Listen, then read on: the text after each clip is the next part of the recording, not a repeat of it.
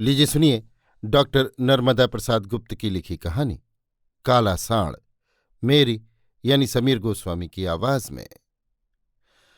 आखिर उस काले सांड ने उसे ऐसे जकड़ लिया जैसे चोट खाया कोबरा हाथ पैर में जहां भी लिपट जाए अपनी गिरफ्त में कस ले। उसने सोचा था कि काला सांड का मसला है तो ज्यादा से ज्यादा एक आध कोई मजेदार घटना होगी जो किसी कहानीकार के लिए शायद काम की साबित हो और उससे कोई कहानी बन जाए।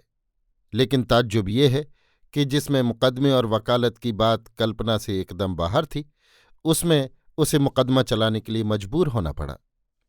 दरअसल वो मुकदमे से बहुत तंग आ गया था। उसने महसूस किया था कि वकील होना एक मुसीबत पालना है, खास तौर से उस कस्बे में जिसमें तहसील भर हो।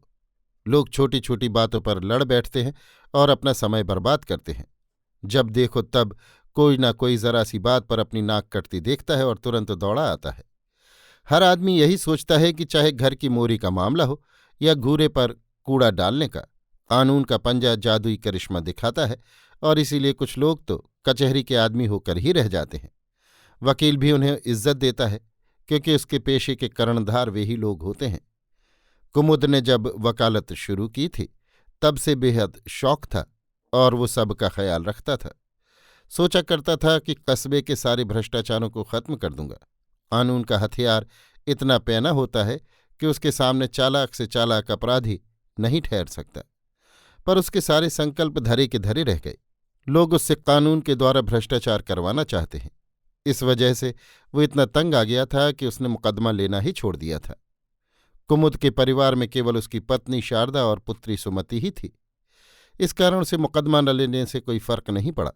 शारदा को उसका कमरे में यूं ही पड़े रहना और किसी उधेड़ बुन में खोए हुए पूरी दोपहर काट देना जरूर खलने लगा था। उसे क्या मालूम कि कुमुद अब वकालत से ऊबकर कविता कहानी में डूबने लगा है। शाम को कुछ कवियों और लेखकों की बैठक जमती देख उसे शक हुआ था कि फिर एक बार वे उसे अपने जाल में फंसाना चाहते हैं। इसीलिए उसने अपने पति की घेराबंदी काफी मजबूत कर ली थी और हमेशा इस घात में रहती थी कि कोई मुवक्किल फंसे। जैसे ही कोई घंटी बजाता वो स्वयं दौड़कर दरवाज़ा खोलती और उसकी पूरी जानकारी लेकर उसे बैठने के लिए कहती या कोई बहाना बनाकर टाल देती। अभी 2 दिन से लगातार वर्षा हो रही थी जिसका पूरा पूरा फायदा कुमुद को मिला था और शारदा उदासी के द्वीप पर खड़ी पानी रुकने का इंतजार करती रही थी। कभी कभी बिल्ली के भाग्य से भी छींका टूटता है और आखिर वो वक्त भी आ गया। अचानक घंटी 2 बार बजी। इतनी वर्षा में यदि कोई आया होगा तो मुवक्किल ही होगा। इतना अंदाज लगाकर उसने कहा था, कोई आपसे मिलने आए हैं। उसने बहुत बेरुखी से उत्तर दिया था, कह दो कि नहीं है, तुमसे पहले ही कह देता हूं कि अब कोई मुकदमा नहीं लूंगा। फिर क्या करेंगे? सवाल काफी वजनी था जिसे संभालने के लिए काफी धीरज चाहिए, जबकि उसमें टालने की जल्दी थी। शायद प्रतिक्रिया तेज होती, पर उसी समय घंटी बजने लगी थी और शारदा को जाना पड़ा था। लौटकर उसने कहा था, मुकदमे की बात नहीं है, कोई सांड का मसला है। कैसा सांड? काला सांड शहर में कुछ दिनों पहले आया है। फिर मैं क्या कर सकता हूं उसके लिए? ताज्जुब जानो। उनका कहना है कि काले सांड की चर्चा तो गली गली है, फिर वकील साहब नहीं जानते। पत्नी की इस दलील से काला सांड कुछ दिलचस्प लगने लगा था और कहानी लिखने के मूड में ऐसे बहुचर्चित प्राणी को कैसे छोड़ा जा सकता था। काफी समय से वो इस खोज में था कि कहानी के लिए कोई अच्छा पात्र मिल जाए और वो अनेक जमे जमाए पात्रों की चीड़ फाड़ करता रहा था। इतना अच्छा मौका उसे कभी न मिलता कि कहानी का प्लॉट खुद बैठक में उसकी प्रतीक्षा में हो। एक क्षण की देरी किए बिना वो सीधा कमरे में चला गया और दोनों व्यक्तियों को किस्सा गो समझकर पूछ बैठा, क्या है काले सांड का किस्सा? गोरे पुरोहित और नन्हे यादव अपनी मुराद पूरी होते देख खुश थे। पुरोहित ने बड़े चाव से कहना शुरू किया था, वकील साहब, शहर में एक काला सांड आया है जिसने गजब ढा दिया है। वो बैलगाड़ियों में जुते बैलों पर चुपके से हमला करता है और उन्हें तब तक खदेड़ता है जब तक वे जुआ फेंक कर आजाद नहीं हो जाते। उसने उत्सुकता दिखाते हुए टोका था, बड़ा क्रांतिकारी सांड है, सारे बैलों को गुलामी से छुटकारा दिलाना चाहता है। पुरोहित और उत्साह से कहने लगे थे, हम लोग ज्यों ही बैल जोतकर और माल भरकर गांव से बाहर निकलते हैं वो आ जाता है। उसे आता देख हम बैल खोल देते हैं तो वो उन्हें सूंघ कर चला जाता है। लेकिन दोबारा जोतकर कुछ दूर जाने पर फिर वही करना पड़ता है। बहरहाल शहर से स्टेशन जाना या स्टेशन से लौट कर आना मुश्किल हो गया है। मजदूरी करना बिल्कुल बंद है। समस्या को समझकर उसने अपनी लाचारी जाहिर कर दी थी। अजीब बात है, लेकिन क्या कोई घटना को सच मानेगा? नन्हे यादव तपाक से बोल पड़े थे। सच झूठ तो बच्चा बच्चा जानता है। 2-4 बार के बाद लोग इकट्ठे होने लगे थे और कभी कभी तो भारी भीड़ जमा हो जाती थी, लेकिन साण किसी से नहीं डरा। पूरी बस्ती गवाह। सही है, पर आप रोज देखते हैं कि दिनदहाड़े भरे चौराहे में गोली चलती है, हत्या होती है। कि इतने सारे लोगों में कोई गवाह मिलता है? कभी नहीं। हम हद से ज्यादा कायर हो चुके हैं। इतने बेबस की सच कहने की हिम्मत नहीं।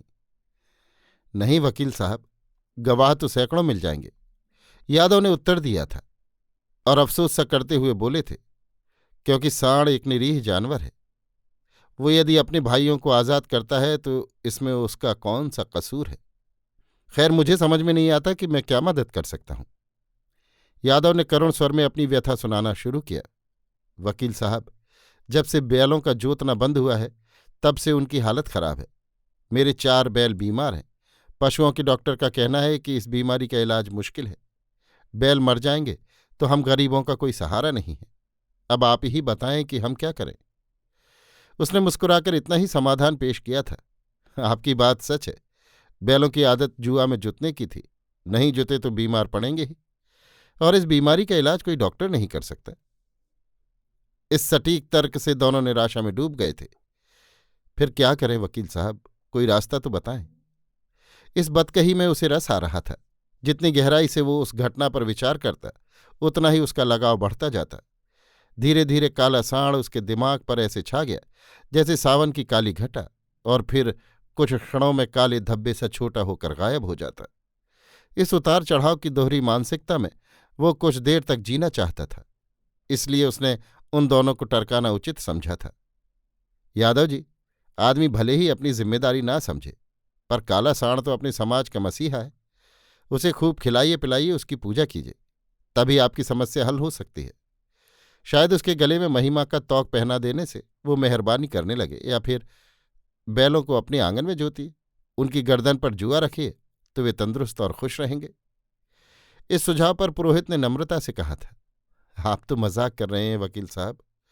हमने नगरपालिका को प्रार्थना पत्र दिया था कि वो कोई इंतजाम करे, पर उसका कोई असर नहीं हुआ। अब आप हमारी तरफ से नोटिस दे दें, पैसे चाहे जितने खर्च हो जाएं। नोटिस किसको? क्या काले साण को? लेकिन इतने महान क्रांतिकारी के खिलाफ? कभी नहीं। नगरपालिका अध्यक्ष को? लेकिन उसका क्या अपराध है? उसने समस्या को सुलझाने की कोशिश की थी, लेकिन उन्हें संतोष न हुआ था। पुरोहित किसी रहस्य को खोलने के स्वर में फुसफुसाए थे। असल में अध्यक्ष हमसे नाराज है, वोट न देने का बदला निकाल रहा है। साणवाण कुछ नहीं, उसकी राजनीति की चाल है। कैसे? उसने गंभीर होकर प्रश्न किया। काले साण को कहीं से बुलवाकर खुली छुट्टी दे रखी है। दोनों ने राजनीति की तुरुप मारकर उसे चकित कर दिया था। उनके बदले तेवर पढ़कर उसे साण वाली राजनीति पर सोचना जरूरी लगा था। ये तय था कि जब तक नोटिस नहीं दिया जाता तब तक ना तो राजनीति की गांठ खुल सकती है और न कहानी आगे बढ़ सकती है। इसलिए उसने संकेत दे दिया था, ठीक है, अध्यक्ष को नोटिस देने से मुकदमा बन जाएगा, पर गवाही का जुगाड़ किए रहना। उसके आश्वासन से दोनों खुशी खुशी चले गए थे, पर उसे उस काले साण ने बेचैन कर दिया था। वो उसे बिना देखे ही प्यार करने लगा था भी वो इस लायक। गुलाम बैलों को मुक्त करना कितना महत्वपूर्ण संकल्प था। जानवरों तक में इतनी समझ है कि वे अपनी जाति या समाज की हालत पर तरस खाकर आज़ादी की अगुवाई करते हैं। अगर ऐसी सनक सब में आ जाए तो फिर जिंदगी का ढर्रा ही बदल जाए। शारदा ने बीच में टोक दिया, अरे अकेले बैठे क्या सोच रहे हैं? वे लोग कब चले गए? कुछ मामला बना या नहीं? उसने कुर्सी से उठते हुए कहा, काले साण का मामला क्यों नहीं बनेगा? तुम जानती हो कि आज हर आदमी आज़ादी के लिए कुलबुला रहा है, क्योंकि वो गुलामी जरा भी बर्दाश्त नहीं कर पाता। अगर जानवर भी विद्रोह करने लगे तो उसमें बुराई क्या है? हाँ, इतना जरूर है कि कुछ लोग दूसरों को गुलाम रखना चाहते हैं और हर समस्या ऐसे ही खड़ी कर दी जाती है। समस्या? हाँ, नेतागिरी का रोग अब शायद जानवरों में भी फैल रहा है, नहीं तो काला साण ही क्यों आगे आता? लगता है कि काला सांड आपके दिल दिमाग में बैठ गया है। शारदा का अंदाज बिल्कुल सही था और उसके मन ने चुपचाप उसे मंजूर कर लिया था। काला सांड मन की गहराई में इतने नीचे उतर गया था कि वो कहानी लिखने के लिए विवश करने लगा था। लेकिन उसके सामने एक सवाल खड़ा था कि कहानी बनेगी कैसे। मन में आया कि आजकल तो ऐसी ही बन जाती है, फिर ज्यादा कोशिश क्यों की जाए। आखिर कहानी तो कहानी ही है, लिखने का एक फैशन है। जैसा चल गया चलता रहा, लेकिन मन है कि मानता नहीं। उसने नगरपालिका के अध्यक्ष को नोटिस दे ही दी। नोटिस देने और मुकदमे की कार्रवाई से शारदा ने सोचा था कि उसका वकील फिर जाग उठा है। मुकदमा चलेगा, अध्यक्ष कटघरे में खड़े होंगे और जनता की भीड़ जुड़ेगी। सांड का मुकदमा है, इसलिए चर्चा का विषय भी बनेगा और फलस्वरूप वकील जीत जाएगा। जीत बहुत जरूरी है धंधे के लिए। अगर इस बार असफल रही तो फिर वकालत हमेशा के लिए गई। लेकिन ऐसा नहीं होगा, नहीं होगा। आखिर मुकदमा शुरू हुआ और कस्बे में हलचल मच गई। कचहरी के सामने लोगों के झुंड आते और अंत तक जमे रहते। उस दिन तो सारी बस्ती टूट पड़ी, जिस दिन गवाही होनी थी। अध्यक्ष ने पूरा जाल फैलाकर गवाह अपनी तरफ कर लिए थे। बस्ती के लोग सच कहने को भी तैयार नहीं थे। बुद्धिजीवी राजनीति का बहाना बनाकर कट गए थे। सच कहने की हिम्मत जैसे बिल्कुल चुक गई थी। तब बचा था केवल वही काला सांड। काला सांड जिसे न तो वकील बरगला सकते हैं और न अध्यक्ष डरा धमका सकते हैं। मानो वही अकेला प्राणी था जिसे झूठ नहीं फुसला सका। लेकिन सवाल तो ये है कि आज वो आता है कि नहीं। बैलगाड़ी मैदान के बीचों बीच खड़ी थी। एक तरफ कुछ ऊंचाई पर रखी कुर्सी पर न्यायाधीश बैठे थे और सारी कार्रवाई देखने के लिए चौकन्ने थे। उनकी दाएं तरफ अध्यक्ष को घेरे नेताओं का झुंड बार बार हंसी के झनकारे छोड़ रहा था। उनकी नजरें बहुत दूर तक दौड़ती और तुरंत लौटकर मखौल की मुद्रा में थोड़ी देर ठहरती, फिर ठहाकों में फूट पड़ती। बाईं तरफ खड़े थे उनके मुवक्किल, जो कभी उलझन में इधर उधर टहलने लगते और कभी उसके पास आकर फुसफुसाने लगते। मैदान के तीनों ओर भारी भीड़ थी, जो सांड की प्रतीक्षा में कभी खामोश हो जाती और कभी अपनी आवाज़ों से मैदान गुंजा देती। सभी उत्सुक थे कि सांड आता है या नहीं। कुमुद चुपचाप बड़ा आनंद ले रहा था। उसके चेहरे पर दर्प की दीप्ति ऐसे नाच रही थी जैसे कि पूरे नाटक का सूत्र उसकी मुट्ठी में बंद हो। जब 1 घंटे के ऊपर हो गया और सांड नहीं आया, तब उसके मन में चिंता हुई। न्यायाधीश ने उसकी तरफ देखकर संकेत किया और उसने उनके पास जाकर अपील की, श्रीमान, गाड़ी को थोड़ी दूर चलने की अनुमति दें, तो शायद सांड की प्रतिक्रिया तीव्र हो। न्यायाधीश की आज्ञा पाती ही बैलगाड़ी थोड़ी दूर चली ही थी कि सांड आ गया, एक क्रांतिकारी की तरह झूमता हुआ। न किसी से भय, न किसी से शिकायत। सीधा आकर उसने विद्रोह की मुद्रा में बैलों को देखा और उन्हें खदेड़कर जुए से अलग कर दिया।